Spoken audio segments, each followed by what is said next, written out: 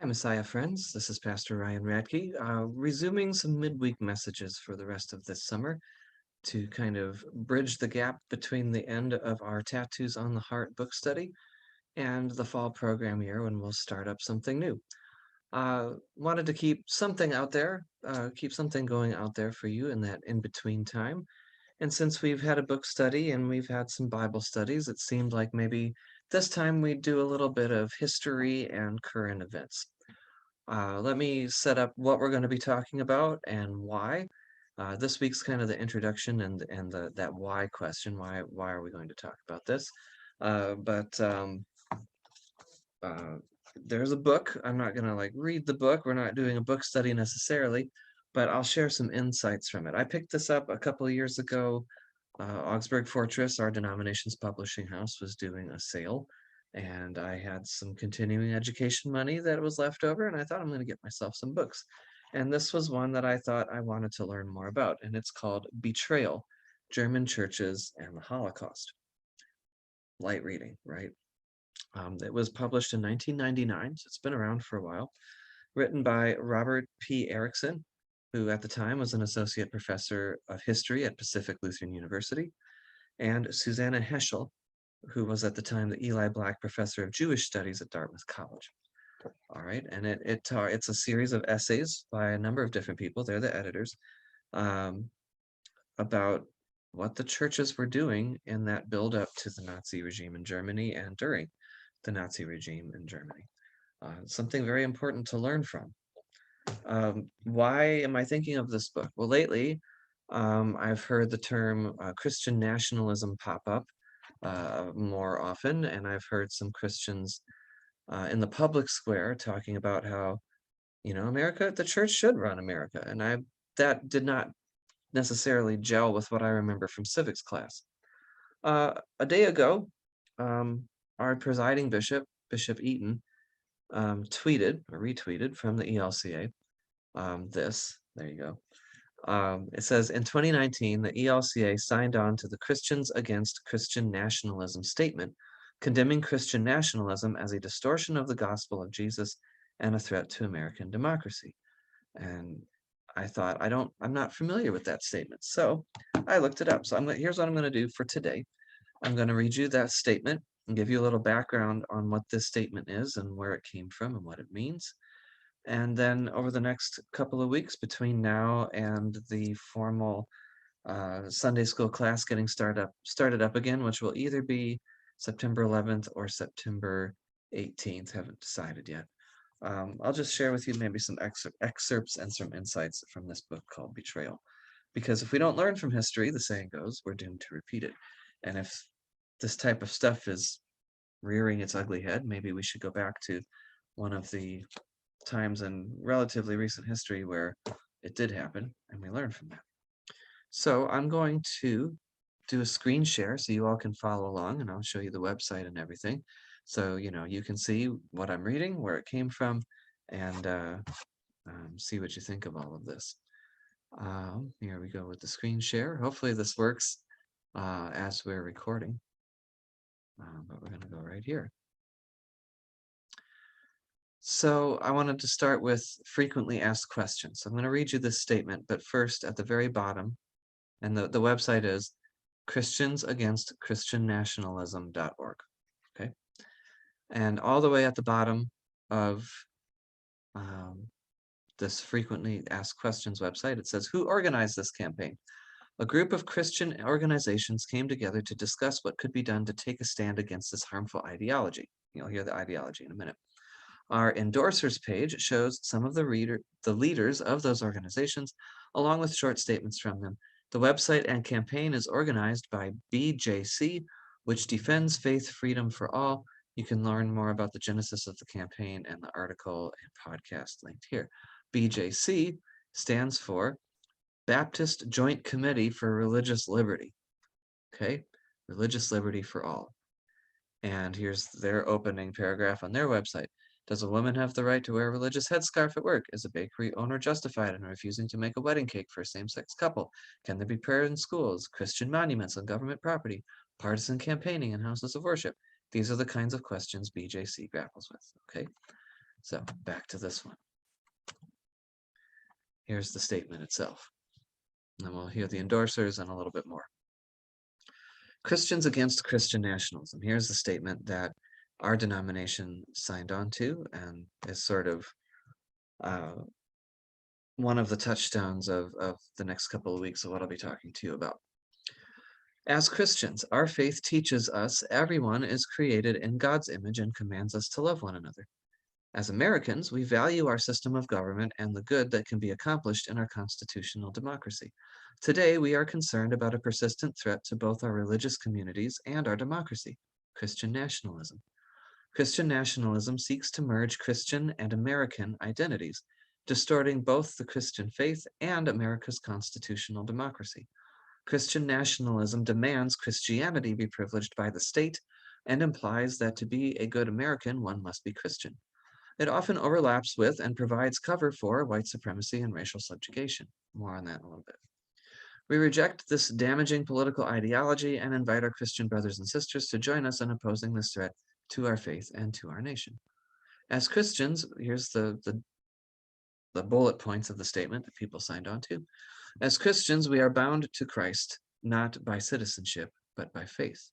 We believe that people of all faiths and none have the right and responsibility to engage constructively in the public square.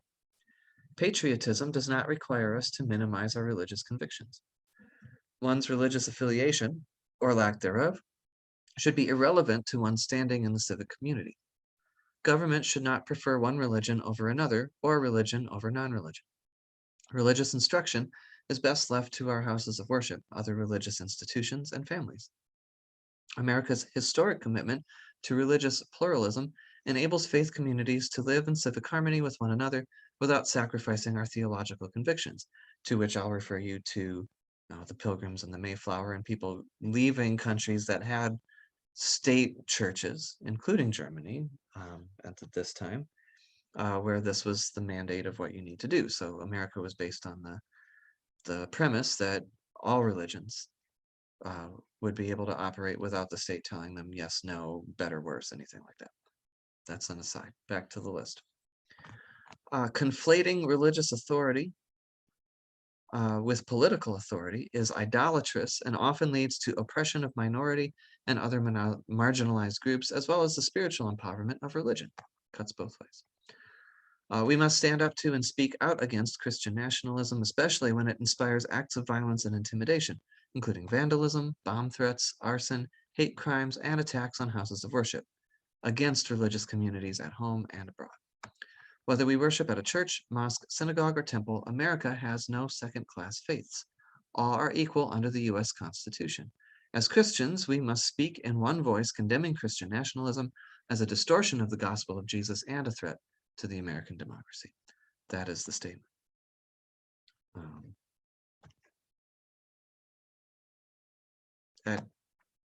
Yeah, we'll talk more about it. I anticipate I'll get some feedback on this, and not all of it might be positive, but honestly, to me, this tracks with both civics and my religious upbringing. And so we'll see. That's where I'm coming from, full disclosure. Back to the frequently asked questions. How do you define Christian nationalism? There are various definitions and understandings of Christian nationalism. The statement defines it as a political ideology that seeks to merge Christian and American identities, distorting both the Christian faith and America's constitutional democracy. Is the United States a Christian nation? That is a term that gets bandied about. This question could be referring to many things. The Constitution is clear that the country wasn't founded for Christians or to prefer Christians. The U.S. Constitution created a system of government open to people of any faith. Article 6 prohibits any religious test for public office. Sometimes when people say the United States is a Christian nation, they are referring to demographics. Most surveys find around 70% of the American population identify with Christianity, so it can be accurate to say that we are a majority Christian nation. The numbers decrease when surveys go deeper to ask questions about frequency of engaging in Christian practices, such as prayer, Bible study, or attending corporate worship services. Yes, some of the founders were Christians, or at least deists, and there is some God-related language in the Constitution. However, that is not the same thing as saying that we were established as a as a Christian nation in the sense that the Church of England was the Church of England, or the Church of Sweden was the Church of Sweden. Okay. Can Christianity influence public policy? As the statement affirms, people of all faiths and none, no faith, have the right and responsibility to engage constructively in the public square. Separating the institutions of religion and government does not and should not silence religious voices in the public square. People approach voting and public policy from a variety of perspectives, including their religious beliefs and ethics. Often there are religious viewpoints on multiple sides of a policy debate. And if you haven't heard this before, we Lutherans do have what I kind of jokingly call, and others do, Lutheran lobbyists. Depending on the state, it could be called something like the Lutheran Office for Public Policy. So at state capitals and at the federal level, we have Lutheran lay people and clergy who go to speak to legislators um, to advocate Christian causes, such as laws that help the poor or the hungry.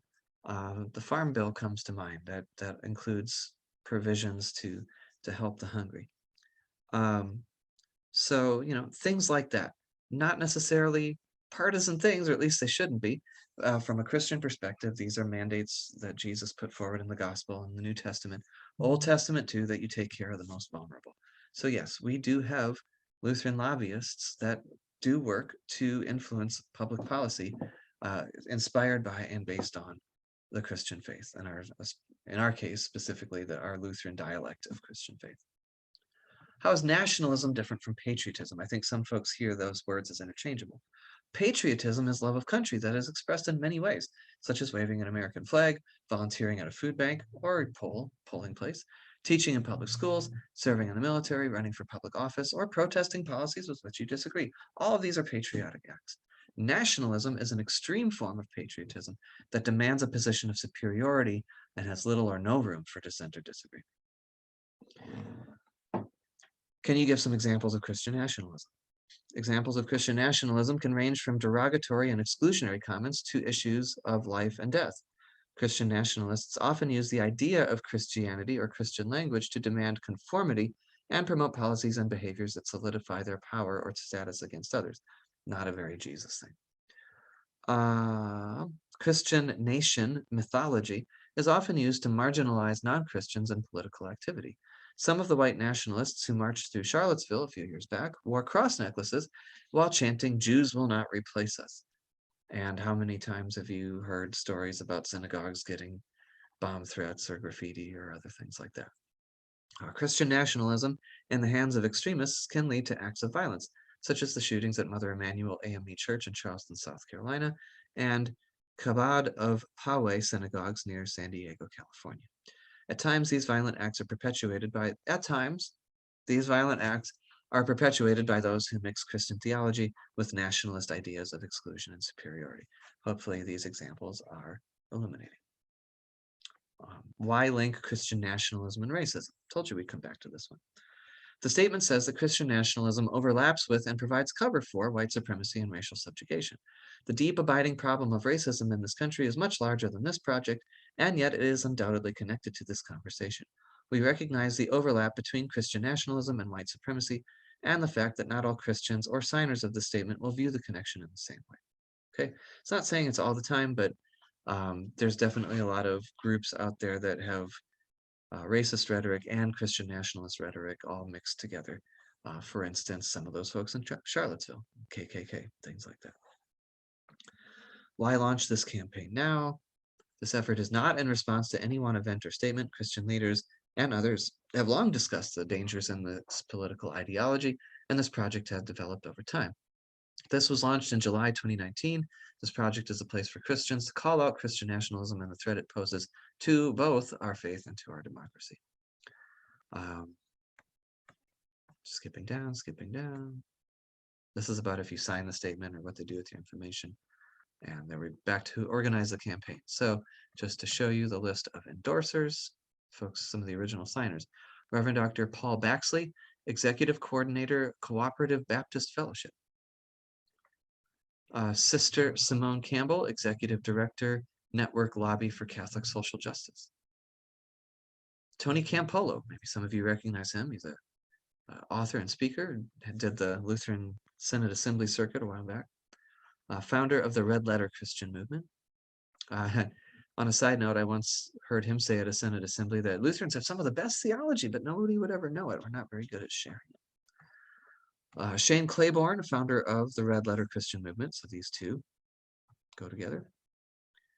The Most Reverend Michael B. Curry, presiding bishop and primate the Episcopal Church.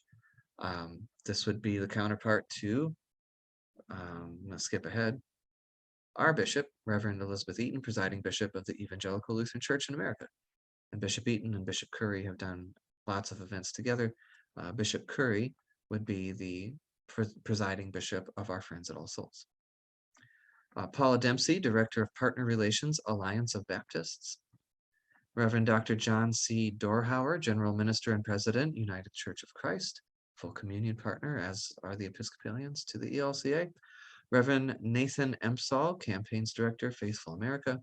Dr. Jeffrey Hagery, Executive Director, American Baptist Home Mission Societies. Reverend Jimmy Hawkins, Director, Office of Public Witness, Presbyterian Church USA.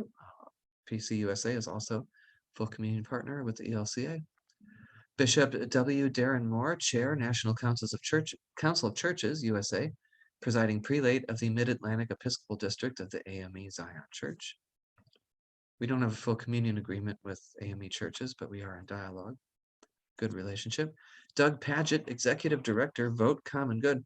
Doug Padgett, by the way, was a pastor of a Lutheran kind of experimental church called Solomon's Porch up in the Twin Cities in Minnesota. Diane Randall, General Secretary, Friends Committee on National Legislation. I don't know for sure, but if it's Friends, that could be the Quakers. R. Mitch Randall, D-Men, Executive Director, Good Faith Media. Melissa Rogers, Visiting Professor, Wake Forest University School of Divinity. Reverend Rob Schenk, D-Men, President of the Dietrich Bonhoeffer Institute. Reverend Dr. Lee B. Spitzer, General Secretary, American Baptist Churches, USA. Amanda Tyler, Executive Director, BJC. As I mentioned at the beginning, the folks that put on this website maintains this, which was, again, surprisingly, Baptist Joint Committee for Religious Liberty. It shouldn't be surprising, but I guess it did surprise me. Jim Wallace, president and founder of Sojourners. He actually spoke at my seminary graduation. He was a keynote speaker, very much into social justice. Jim Winkler, president and general secretary, National Council of the Churches of Christ. Dr. Aidsand Wright Riggins, executive director, New Baptist Covenant. Those are some of the major names. So there you go. That is Christians Against Christian Nationalism. It's a statement that our denomination has signed on to. Hopefully that gives you a better understanding of how Christianity, the language, and some of the thoughts of Christianity were used as a weapon, as a cudgel. It's trying to be used to assert Christian superiority over others, which was not what Jesus was about. And how that language can be dangerous in terms of how it's used. And since the actual phrase is being now used as a positive, yeah, I'm a Christian nationalist. I've heard some people say in the public square. I thought maybe we should talk about it. And how we're going to talk about it is by going back in history to look at this book, Betrayal, German Churches and the Holocaust, because if we can't learn from that, we're in trouble. So I want everybody to prayerfully consider following along with this conversation over the next few weeks. Look forward to your feedback, and hopefully this conversation can stay positive and constructive, because the whole point of this is to learn from the lessons and mistakes and the triumphs of the past, and ensure that what has happened before, we don't go down that road here. And there's some indications that there's some folks that would like us to, and I don't want to. It doesn't seem to be the path our Lord walked. So yeah, tune in over the next few weeks, and we'll see where this conversation takes us. Thanks all for watching, and we'll talk to you soon.